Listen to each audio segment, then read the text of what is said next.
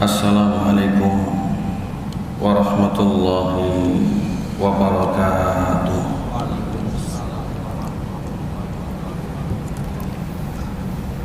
Alhamdulillah, alhamdulillahilladzi ahyana ba'dama amatana wa ilaihin nusyur. Asyhadu an la ilaha illallah wahdahu la syarikalah wa asyhadu anna Muhammadan abduhu wa rasuluh alladzi la nabiyya wa la rasula ba'da khairil abrar. Allahumma salli wa sallim wa barik ala nabiyyina Muhammad wa ala alihi wa ashabihi wa man ittaba'ahum bi ihsanin ila yaumin taskhasu fihi al-absar. Amma ba'd. Wa qala Allah subhanahu wa ta'ala fil kitab minha ya ayyuhalladzina amanu ittaqullaha haqqa tuqatih wa la tamutunna illa wa antum muslimun. Wa qala fi mawdi'in akhar ya ayyuhalladzina amanu ittaqullaha wal tandur nafsum ma qaddamat lighad wattaqullaha innallaha khabirum bima ta'malun. Al-ayat. Ma'asyiral muslimin, Bapak Ibu jamaah salat subuh yang kami muliakan, kita bersyukur, memuja serta memuji kehadirat Allah. Alhamdulillah, dalam kesempatan subuh hari yang berbahagia ini masih senantiasa diberikan curahan nikmat serta karunia-karunia yang banyak. Terlebih nikmat yang tidak kasat mata. Saat ini kita mendapatkan nikmatul Islam, wa nikmatul iman, wa nikmatul istiqomah, wa nikmatul tiba'is sunnah. Bahkan nikmat yang tidak bisa kita sebutkan satu persatu. Yang pasti dan yang jelas, kita bisa hadir di tempat yang sangat mulia dan kita cintai ini dalam rangka berta'abbud, berbakti, menyembah kehadirat Allah. Kita tegakkan sholat subuh dengan berjamaah, dan juga kita tambah dengan duduk-duduk mengaji bersama. Mudah-mudahan kita termasuk di antara yang kelak menggapai keberuntungan fil akhirah. Allahumma amin. Kita panjatkan pula salawat serta salam kehadirat Allah subhanahu wa ta'ala. Kita bermohon kepadanya agar senantiasa mencurahkan salawat serta salamnya kepada junjungan sekaligus suri tauladan kita semuanya, baginda Rasulullah Muhammad alaihi salatu wa taslim. Betapa beliau memberikan banyak hal untuk kita. Sekalipun kita belum pernah berjumpa, tapi cinta Nabi sudah mendahuluinya. Maka itu berbakti kepada Allah dengan kita mengikuti ajaran agama Nabi ini merupakan hal yang tidak bisa ditawar-tawar. Maka itu mengingatkan kita semuanya.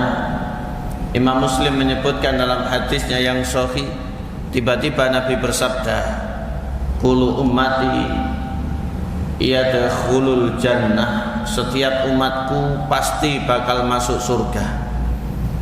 Selanjutnya ditambah sabda beliau, ilaman apa, kecuali yang enggak.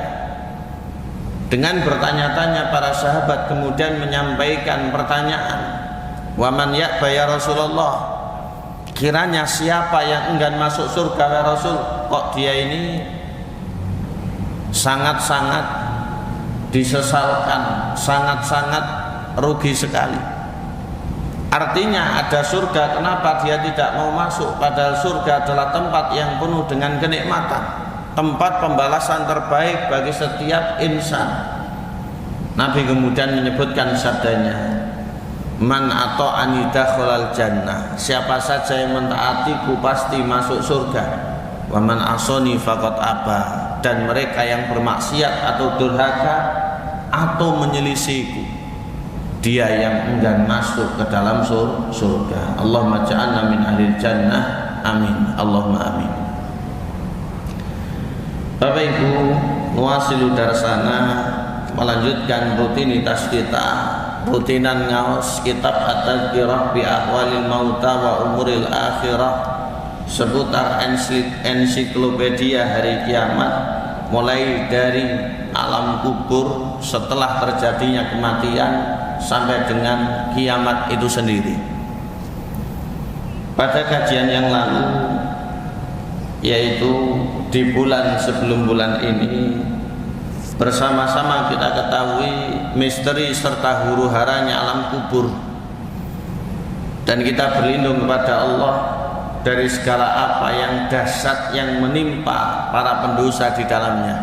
Dan akan kita lanjutkan kondisi manusia dengan pertanyaan dua malaikat yang sangat menyeramkan, yang namanya biasa disebut sebagaimana dalam hadis Munkar dan Nakir. Jadi dua malaikat ini akan menemui semua orang yang mati atau meninggal dunia dengan menanyainya beberapa hal, sehingga kalau dikumpul-kumpulkan 3 hal. Mulai pertanyaan man rabbuka, siapa Tuhanmu, wa madinuka, dan apa agamamu, wa man nabiyuka, serta siapa nabimu atau nabi yang diutus kepadamu. Maka itu ketika membicarakan kuburan, para ulama-ulama termasuk ulama akidah maupun ulama fikih memberikan bab-bab khusus. Maka sebagaimana ceritanya dulu Kanjeng Nabi dikubur dengan menggunakan lahat, karena kuburan ini ada beberapa, sehingga dikubur begitu saja ya sah. Namun kalau menjorok ke arah kiblat, ketika ada kuburan digali kemudian ada jorokan atau digali lagi di yang paling bawah ke arah kiblat untuk nanti meletakkan mayitnya itu miring ke kanan menghadap kiblat. Berarti kalau di Indonesia ini mujur ke utara atau ngaler, di belakangnya nanti diganjal dengan sesuatu. Ini yang disebut dengan lahat. Jelas ya? Adapun yang kedua namanya saku, yaitu jorokannya ke bawah, tidak ke arah kiblat. Ini juga boleh. Digalinya kubur, di bawahnya digali lagi sebesar, yaitu selebar atau sepanjang mayit atau jenazah itu sendiri. Kemudian diletakkan di situ, dihadapkan ke arah kiblat sunnahnya. Ini ya boleh, namanya saku. Atau digali saja tanpa ada jorokan atau galian berikutnya. Ini juga tidak mengapa.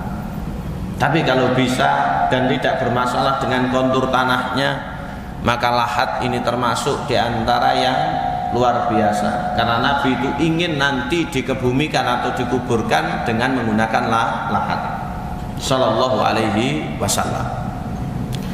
Maka setelah prosesi penguburan selesai, Kanjeng Nabi sering berpesan kepada para sahabat.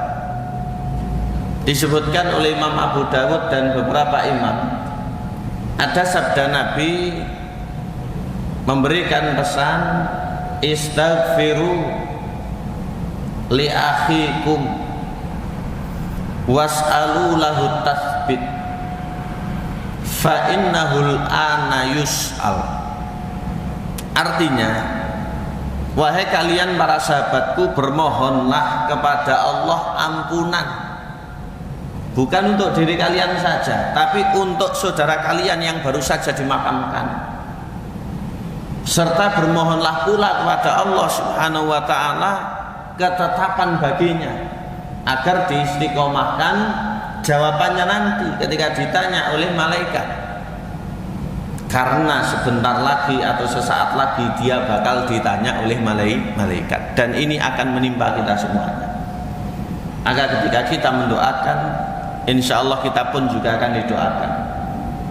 Ketika kita mengamalkan ajaran agama, mudah-mudahan diikuti oleh utamanya anak turun kita maupun orang terdekat kita, sehingga nanti ketika kita meninggal dunia ada penyelenggaraan syariat seperti itu. Melanjutkan masih terkait dengan alam kubur yang paling dahsyat dan mengerikan, dan ini menjadi sesuatu yang bisa dianggap pantangan oleh kebanyakan orang. Kalau bisa ini tidak terjadi. Namun ini adalah kepastian yang merupakan kodrat. Orang yang ingin masuk surga harus mati dulu, dan mati itu adalah gerbang. Maka di alam kubur atau alam barzakh itu bakal ada pertanyaan malaikat. Disampaikan oleh Imam Qurtubi dalam kitab yaitu At-Tadhkirah bi Ahwalil Mauta wa Umuril Akhirah. Ada sebuah hadis yang disampaikan oleh Imam Bukhari. Anas bin Malik radhiyallahu anhu, beliau pernah menyebutkan sebuah riwayat. Rasul bersabda begini,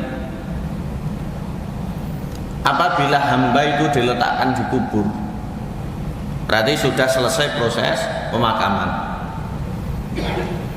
Sahabat-sahabatnya pergi, orang yang menguburkannya sudah tidak di situ lagi, dan kita akan ditinggalkan. Ketika kita mati, tidak akan ada yang membersamai kecuali amal kita. Mayat dikuburkan, yang menyelenggarakan pergi,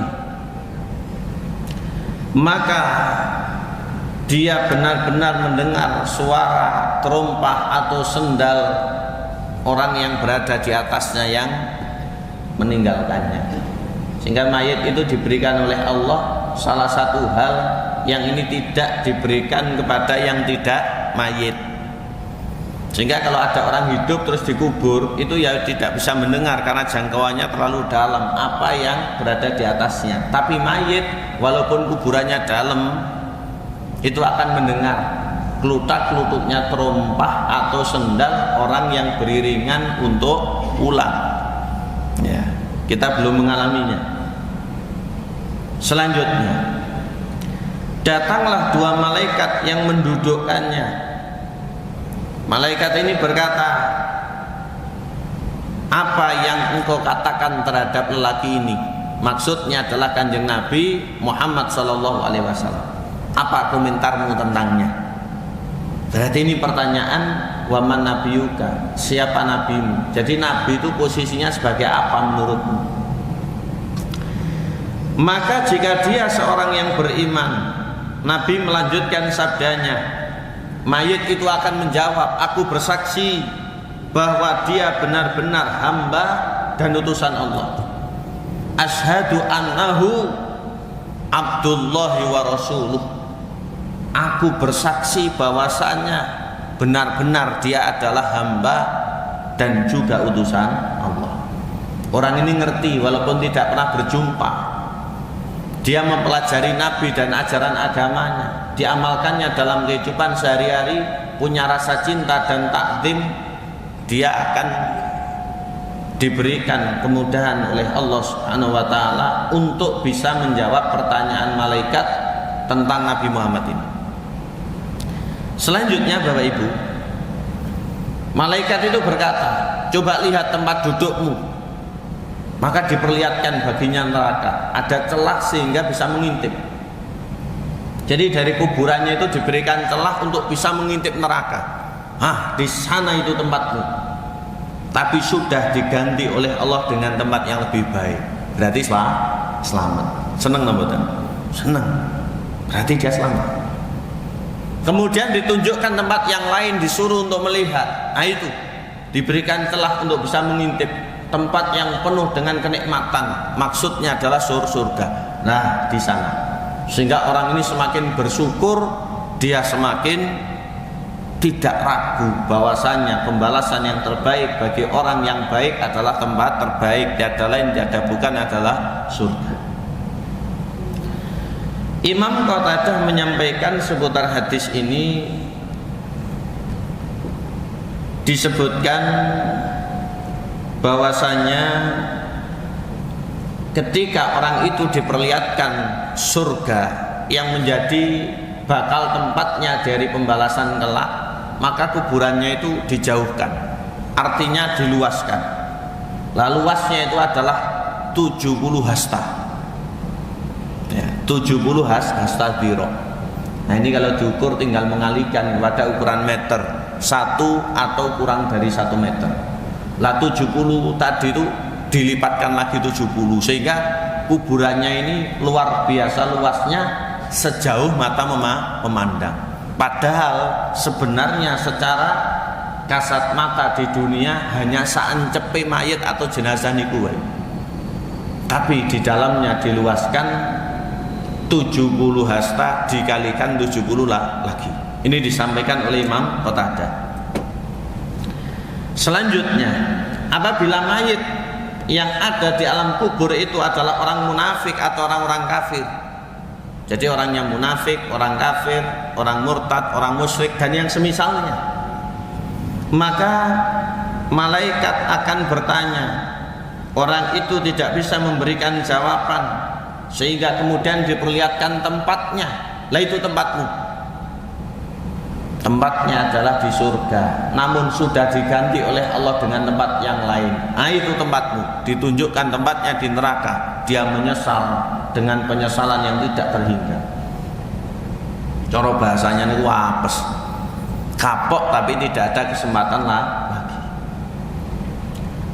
Akhirnya kemudian orang itu kuburnya disempitkan sampai sempitnya itu sangat menghimpit, sehingga remuklah jasad dan tulang belulangnya, sehingga remuk dan hancur jasad sampai dengan tulang belulangnya. Naudzubillah min syarri dzalik. Ini sebagaimana dalam riwayat yang disampaikan oleh Imam Bukhari dari sahabat Nabi yang bernama Anas bin Malik radhiyallahu anhu. Ada riwayat yang serupa. Abu Hurairah menyampaikan sabda Nabi, dikutip oleh Imam Ahmad dalam kitab Musnad dan yang senada.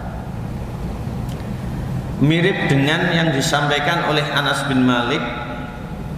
Sabda Nabi, apabila orang mati itu adalah orang soleh, maka dia akan didudukkan di alam kuburnya dengan tenang tanpa goncangan. Orang mati kan berbaring, bertumpu pada sisi kanan menghadap kiblat. Nanti bakal didudukkan dengan tenang tanpa ada goncangan, sehingga dia bisa punya kepercayaan diri, terap begitu. Tidak goncang, tidak nervous dan yang lainnya. Karena orang ketika berdiri atau duduk itu bermacam-macam kondisinya. Ada kita ini yang ngugel, ya tahu ngugel itu. Berarti ngerodok. Karena satu dua bisa jadi kita ini ngugel atau ngerodok, bisa. Namun ada kalanya orang itu tenang. Ini lewat pembawaan atau lewat suasana. Biasanya orang-orang yang seperti ini identik dengan kejujuran serta kebenaran. Mudah-mudahan kita dapati di alam kubur kelak. Allahumma amin. Malaikat bertanya kepadanya, apa yang kamu anut? Jawaban orang itu dengan yakin dan pasti, saya menganut Islam. Sehingga inilah yang dibahasakan wa madinuka diniyal Islam. Apa agamamu? Agama saya adalah Islam. Kita tidak perlu ragu sedikit pun. Ini agama yang ada semenjak diciptakannya manusia, yaitu Nabi Adam alaihissalam. Islam secara umum, yaitu bertauhid, meyakini yang benar hanyalah Tuhan Allah subhanahu wa ta'ala. Turun temurun yang diikuti oleh para nabi memperjuangkan dakwah agama Islam ini sampai dengan nabi akhir zaman, yaitu Kanjeng Nabi Muhammad Rasulullah alaihissalatu wabdulu taslim. Dan alhamdulillah dalam hati, dalam aplikasi, bahkan identitas kita tertulis agama Islam.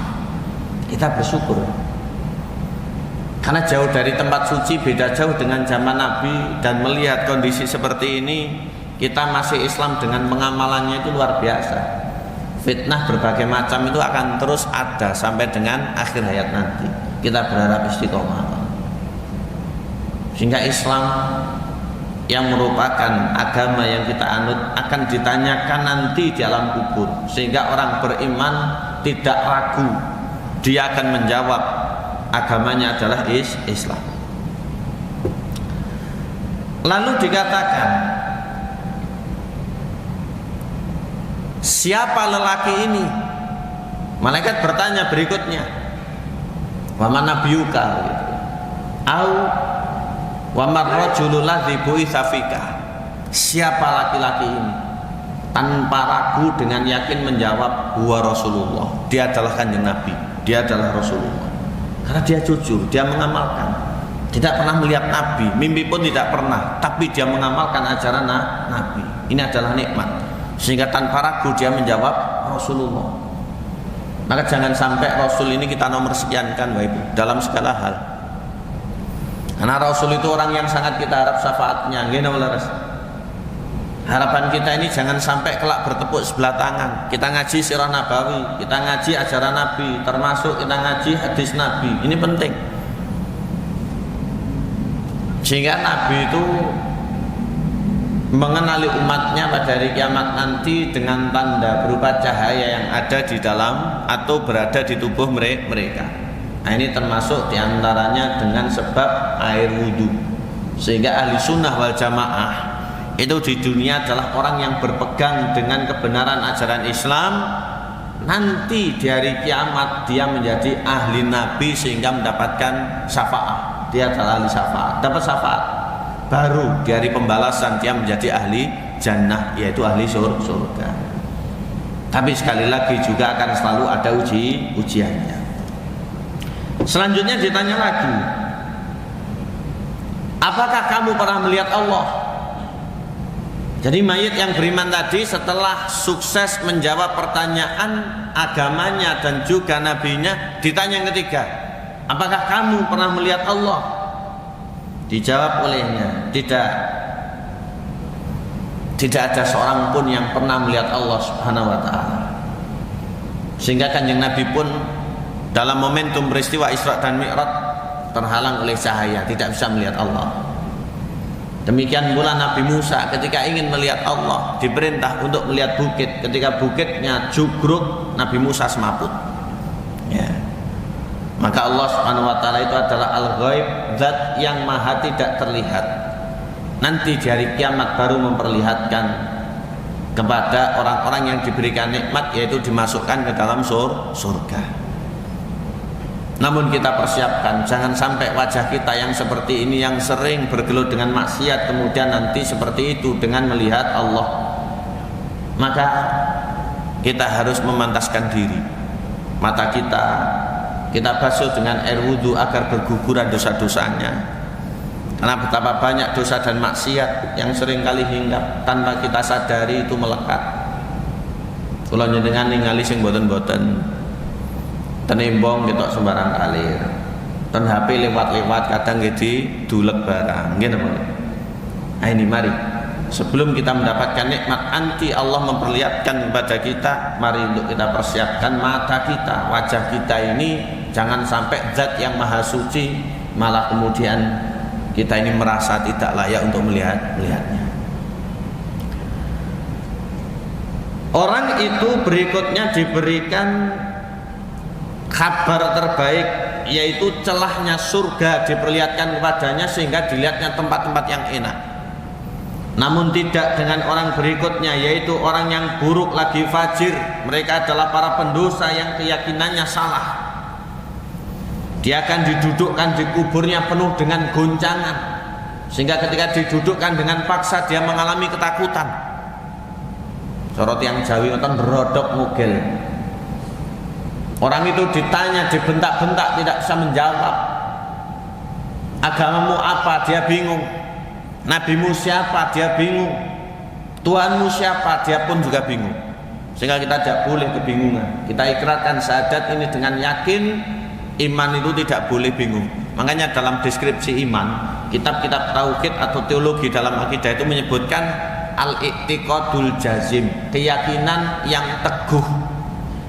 Nah iman itu bukan ragu. Berarti lek ragu niku tasik dereng trep imane, nggih napa nggih. Jadi al-i'tiqadul jazim itu yakin, iman itu teguh. Tidak boleh ragu. Ya, tidak boleh ragu. Ketika dia tidak bisa menjawab pertanyaan tadi, artinya dia gagal. Maka dibukakan celah neraka, diberikan ketakutan untuk melihat, akhirnya dia bingung dengan sendirinya. Dia seakan-akan mati padahal diberikan kehidupan lagi. Naudzubillah min syarri dzalik, kita berlindung pada Allah dari yang demikian. berikutnya sifatnya malaikat itu seperti nopo. Selama ini kita akan bertanya-tanya, walaupun kita tidak harus tahu, yang penting mungkin itu sukses. Jadi di alam barzah atau di alam kubur itu yang penting kita sukses. Namun malaikat ini dibocorkan dalam hadis sebagaimana diriwayatkan oleh Imam Tirmidzi dalam kitab Sunan dari Abu Hurairah, ada sedikit deskripsi malaikat Munkar Nakir. Lah kita belum pernah bertemu seperti itu. Jadi deskripsinya ini memang sangat menakutkan lagi menyeramkan. Tapi tidak bisa kemudian diilustrasikan dengan pasti, apalagi sampai di film-film, karena ini tidak pas. Yang penting kita nanti bisa selamat, ngoten mawon. Abu Hurairah menyampaikan, Rasul bersabda begini, apabila ada mayit Islam, yaitu orang beriman yang mati kemudian dikuburkan, dua malaikat itu akan mendatanginya kemudian menjadi ujian dengan memberikan berbagai macam pertanyaan. Seperti apa dua malaikat itu? Diceritakan oleh Nabi, malaikat itu warnanya hitam merah kebiru-biruan. Dados modele ngoten, hitam, enten abange, enten birune. Serem nomor. Sangat menyeramkan, hitam merah kebiru-biruan. Dia kemudian menanyai orang yang beriman, yaitu tentang Allah, tentang agama, dan juga tentang Nabi. Orang beriman dengan teguh bisa menjawab, kemudian diberikan gambaran tempatnya di surga nanti, sehingga senang sekali. Namun tidak dengan orang pendosa, orang-orang yang munafik, orang-orang yang kafir, orang-orang yang murtad maupun orang-orang yang musyrik, yaitu para pendosa, diberikan ketakutan karena gagal menjawab pertanyaan dua malaikat yang menyeramkan tadi, sehingga celahnya neraka diperlihatkan, di akhirnya menyesal setengah mati, namun tidak bisa kembali lagi ke alam dunia. Maka cukuplah kematian itu menjadi nasihat dan penasihat terbaik serta berharga. Jangan sampai kita mengingkari atau melewatkannya.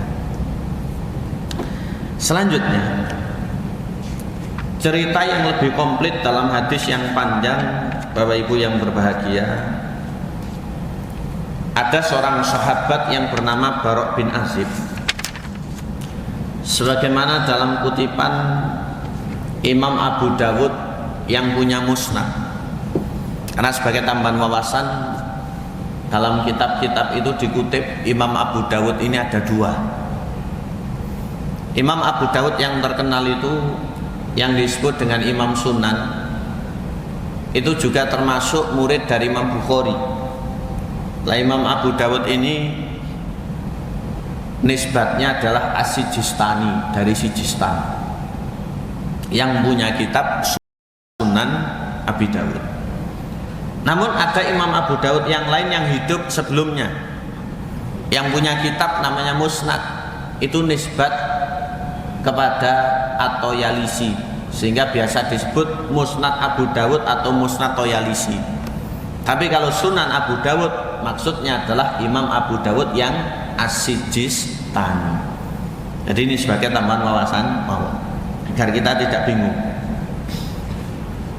Disebutkan oleh Imam Abu Dawud atau Yalisi dalam musnadnya, diceritakan Barok bin Azib, sahabat Nabi, pernah menyampaikan, dahulu kala ketika kami keluar mengiringi jenazah Ansor. Jadi ada orang Ansor yang meninggal dunia, kemudian Barok bin Azib ini ikut menyelenggarakan. Apa yang terjadi? Kami membersamai Rasulullah sampai di pekuburan, kemudian memakamkannya. Jadi Nabi itu seorang tokoh, seorang pemimpin, terlibat dalam penyelenggaraan. Karena sumbernya ilmu itu kan Kanjeng Nabi. Sehingga Kanjeng Nabi itu memberikan sunnah-sunnah ketika penyelenggaraan jenazah pripun, itu ya Kanjeng Nabi. Maka Barok ini ikut, ada orang Ansor meninggal dunia, dikebumikan. Ketika selesai, Rasulullah duduk dan kami pun ikut duduk. Saking khusyuknya seakan-akan ada burung hinggap itu tidak terasa, lenggah dana. Setelah itu Beliau mengangkat pandangannya, kemudian memandang langit, ndangak kan. Setelah itu ndingkluk malih. Kemudian beliau bersabda, a'udzubillah min azabil qabri. Aku berlindung kepada Allah dari azab kubur. Nabi melihat ke atas kemudian ndingkluk, a'udzubillah min azabil qabri. Berarti azab kubur niku enten wae. Nabi berlindung kepada Allah dari azab kubur. Selanjutnya beliau bersabda, sesungguhnya seorang hamba yang beriman apabila hendak menemui akhirat di saat meninggalkan dunia atau mati, malaikat datang kepadanya dan duduk di dekat kepalanya, kemudian berkata, keluarlah jiwa yang baik kepada ampunan Allah Subhanahu wa ta'ala serta keridhoannya. Maka rohnya keluar seakan-akan mengalir seperti air yang dituangkan. Atas alon kerucuk, walaupun juga sangat sakit karena Nabi pun mengalami sekarat dan sekarat itu hebat. Jadi menuju akhirat ketika dia mati, rohnya itu keluar bagaikan air yang dituang. Pengen mboten niku? Pengen kita. Jangan sampai sebagaimana duri yang digundal gombal, ditarik paksa kemudian sembret tidak karu-karuan. Ya, naudzubillah min syarri dzalik. Kita kepengin halus begitu. Tapi ini tergantung dari amal perbuatan. Pengennya halus tapi sembahyang mboten. Pengennya halus tapi tidak menutup aurat. Pengennya halus tapi akhlaknya buruk. Nah ini fatal. Tidak bisa seperti itu. Karena Allah memberikan pembalasan sesuai dengan perbuatan. Selanjutnya, dan jika kalian melihat hal yang lain, sabda Nabi, malaikat turun dari langit dengan wajah yang putih, wajahnya bersinar bak matahari. Di bawahnya kain kafan dari surga dengan racikan wewangian dari surga. Kemudian duduk di dekat orang meninggal tadi. Kemudian ketika malaikat maut sudah mencabut rohnya, maka segera rohnya itu diambil, tidak dibiarkan lama pada malaikat maut. Ketika diambil, kemudian diletakkan pada kain yang dilaburi dengan minyak wangi dari surga tadi. Makalah kemudian Allah Subhanahu wa ta'ala berfirman di satu ayatnya, yaitu surat Al-An'am ayat 61, dengan mengakhiri firman, tawafat hurusulana wahum la yufarritun. Malaikat mencabut nyawanya dan mereka tidak melayakkan tugasnya. Ini akan kita alami semuanya. Selanjutnya sabda beliau, rohnya keluar seperti bau yang paling harum yang pernah ada. Parfum kita ini kasih kalah Pak Bu. Ini rohnya itu wanginya luar biasa. Malaikat membawanya naik. Tidaklah bertemu dengan kelompok malaikat yang ada di langit kecuali saling bertanya, ruh siapa ini, ruh siapa? Penasaran, ingin tahu kesolehannya. Pengen apa kan? Pengen kita. Jadi ruhnya itu wangi, kemudian diangkat ke langit. Malaikat saling bertanya. Disebutkan ini ruhnya si A dengan nama panggilan terbaik di dunia. Ini ruhnya fulan atau si A. Mudah-mudahan disebut nama kita kelak.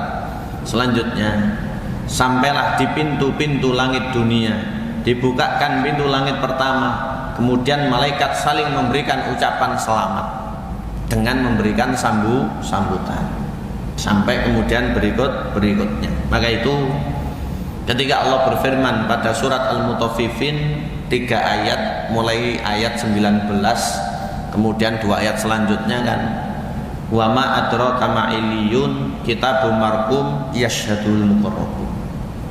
Wa ma adraka ma illiyun, apa yang dimaksud dengan illiyun, apakah kamu tahu? Kitabun marqum yaitu kitab yang berisi catatan amal, yashhadul muqarrabun yang disaksikan oleh para malaikat yang didekatkan. Jadi malaikat itu menyaksikan tentang soalan orang ini tadi. Ya, catatannya itu berada di illiyun. Dituliskan amalnya pada kitabnya, yaitu pada illiyun. Kemudian dikatakan, kembalikan ke bumi, yaitu ke kuburannya. Jadi roh ini kembalikan ke jasadnya yang dikebumikan itu. Karena aku, kata Allah, menjanjikan kepada mereka, dari sanalah mereka diciptakan, dan kepadanya lah mereka akan dikembalikan, dan darinya lah mereka akan dibangkitkan sekali lagi untuk kembali kepada Allah. Selanjutnya, ketika roh itu dikembalikan, yang jelas ini adalah orang yang soleh, orang yang beriman. Malaikat itu bertanya. Ketika malaikat Munkar dan Nakir bertanya tentang beberapa hal tadi, jawabannya itu dengan meyakinkan pasti. Man rabbuka, rabbi Allah, wa ma dinuka, dinil Islam, wa man nabiyuka, Nabi Muhammad sallallahu alaihi wasallam. Ini pasti. Dan inilah janji Allah tentang orang yang istiqomah, baik. Orang yang istiqomah. Makanya ada ayat di surat Ibrahim itu, ayat 27 ya. Yutsabbitullahu alladzina amanu bil qauli tsabiti fil hayatid dunya wa fil akhirah. Orang yang beriman akan diberikan istiqomah oleh Allah dunia maupun akhirat. Apa maksud dunia istiqomah? Amal ini wajar. Apa maksud akhirat istiqomah? Ten kuburan itu jejak jawabannya. Man rabbuka, rabbi Allah, dan seterusnya. Dan ini karena memang restunya Allah. Walaupun orang itu pandai berbahasa Arab, walaupun orang itu luar biasa dan seterusnya, tapi kalau kelakuannya bukanlah agama ini, tidak akan bisa ya. Maka kita yang masih belum bisa berbahasa Arab ini jangan minder dan putus asa. Jawaban ini nanti otomatis karena amal perbuatan kita. Allah yang maha adil yang akan memberikan kemudahannya. Tapi ya tetap kalau ada kesempatan di sinau bahasa Arab, Bapak Ibu. Insya Allah peminatnya banyak awalnya biasanya ya. Nanti saya suwe ini saya sudo ya. Sehingga di mana-mana itu seperti itu. Tapi paling tidak kita ngertilah yang dasar-dasar itu kalimat-kalimat bahasa Arab. Melanjutkan sabda Nabi yang disampaikan oleh Barok bin Azib ini, maka berserulah penyeru langit, kata Nabi. Orang itu benar, berikan pembaringan dari surga, pakaikan pakaian surga, dan perlihatkan tempatnya di surga, serta lapangkan kuburnya. Akhirnya diberikan sebagaimana himbauan itu. Selanjutnya didatangi oleh seseorang yang elok rupanya, baunya harum, serta indah menawan penampilannya. Lama ya tadi bingung. Siapa kamu? Dijawab, aku adalah amal baikmu. Lah niki lho. Dados kanca ten alam kubur niku amale soleh nggih tiyange sae. Mendapatkan pembalasan seperti itu. Namun tidak sebaliknya dengan orang yang tidak beriman. Selanjutnya dinikmati hari-hari orang tersebut sampai ditegakkannya hari kiamat, namun dia berdoa agar kiamat segera terjadi untuk bisa kembali bersukacita, berbahagia, berkumpul bersama dengan keluarganya. Jadi orang soleh, orang beriman itu tidak ada ruginya. Dia yakin dan dia akan mendapatkan kebahagiaan di alam kuburnya. Selanjutnya Nabi menyebutkan, adapun sebaliknya, yaitu para pendosa, orang-orang durjana, dari orang murtad, orang kafir, orang musyrik, orang munafik, orang dolim, dan yang lain sebagainya, mati saja susah, nyawanya keluar itu susah, mendapatkan siksaan yang bertubi-tubi. Malaikat yang mencabut nyawanya itu adalah malaikat yang seram, kemudian diberikan hal-hal yang menakutkan. Jadi malaikat yang mengerikan dari langit turun membawa kain yang tidak baik dengan bau yang paling badek. Ketika diambil dengan susah payah, rohnya mengalami kesakitan yang hebat, dahsyat. Akhirnya di setiap pintu langit itu ditolak, disebut panggilannya yang paling buruk. Malaikat saling memberikan laknat celaka. Dan ketika orang itu dikembalikan rohnya ke jasadnya di alam kuburnya, ditanya oleh malaikat tidak bisa menjawab, disiksa dengan siksaan yang bertubi-tubi. Di antara siksaannya begini disebutkan masih oleh Imam Abu Dawud atau Yalisi, ada malaikat yang wujudnya itu adalah orang yang tuli lagi bisu kemudian tinggi di alam kuburnya, membawa semisal gada atau semisal petil atau palu tapi besar, garane wesi, pucuke wesi gede ya. Kemudian diamblet ajur berkeping-keping dan terulang-ulang karena tidak bisa menjawab pertanyaan tadi. Sekiranya ini digunakan untuk memukul gunung yang ada di dunia, hancur menjadi debu. Bapak-bapak pernah ke petil? Tak tahu palu ya, petil. Pernah nuduk begitu pucuke jempolannya ke petil? Mungkin pernah. Tuk begitu jarang. Lah niki bleng hancur. Ya. Nauzubillah tsumma nauzubillah min syarri dzalik. Insyaallah kita lanjutkan di lain kesempatan menuju suruk Bapak sekalian. Kiranya sampai di sini dulu masih separuh hadis tentang bagaimana malaikat akan menanyai setiap hamba dengan keadaan manusia yang berbeda-beda. Kita berharap Allahumma tsabitna, mudah-mudahan kita diteguhkan dalam iman serta kebaikan. Allahumma amin. Dari kami cukup sekian, wa'alafu minkum. Saya kira tidak ada yang pertanyaan ya. Kalau ada kita pending di lain kesempatan ya. Mudah-mudahan kita bisa berjumpa lagi. Monggo duno dinongo baik untuk diri kita, keluarga maupun bangsa ini, serta untuk saudara kita di dalam maupun luar negeri. Allahumma ansur ikhwanana al-muslimin al-mustad'afina fi Filistin. Allahumma a'izal Islam wal muslimin wa adil syirka wal musyrikin wa tamir a'da'aka a'da'ad-din. Allahumma ahlikil kafarata al-musyrikin. Allahumma la'nataka ala yahudil mu'tadin. Allahumma amin. Aku qouli hadza, kita usaikan sebagaimana majelis pada umumnya. Subhanakallahumma bihamdik asyhadu alla ilaha illa anta astaghfiruka wa atubu ilaik. Wa akhiru da'watina wassalamu alaikum warahmatullahi wabarakatuh.